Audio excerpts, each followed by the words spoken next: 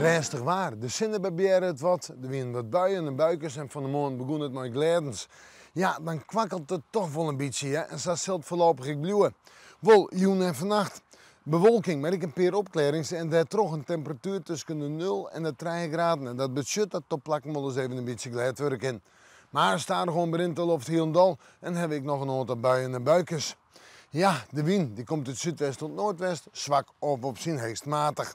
Dan zetten we terug naar morgen, dat wordt nou maar bewolking, maar uit een terug rein, letter komen de buien en hoe daar is dan 4 rond 6 graden. De wind uit westelijke richting bij zuidwest, matig rond vrij krachtig in het kust- en watergebied. Maar dan morgen en morgen nacht buien, maar kon ze op tongen, maar kon ze op hagel en maar kon ze op witte sneeuw. Dus ik kon ze op gladens.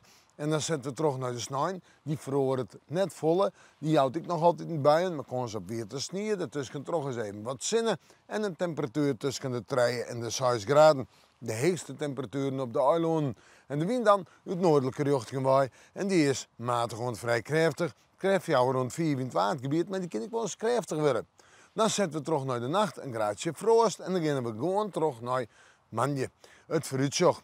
Maandag en Tiesje 2 dagen, maar rein en lichte rein. En hoe zijn 4 of 5 graden. Woensdag Sinterklaasdag. Bij die winterse buien, hoe zijn 4 graden. In de nacht een graadje frost. Nou ja, zo kwakkelt het een beetje. En we moeten morgen maar weer even in het waarsjen.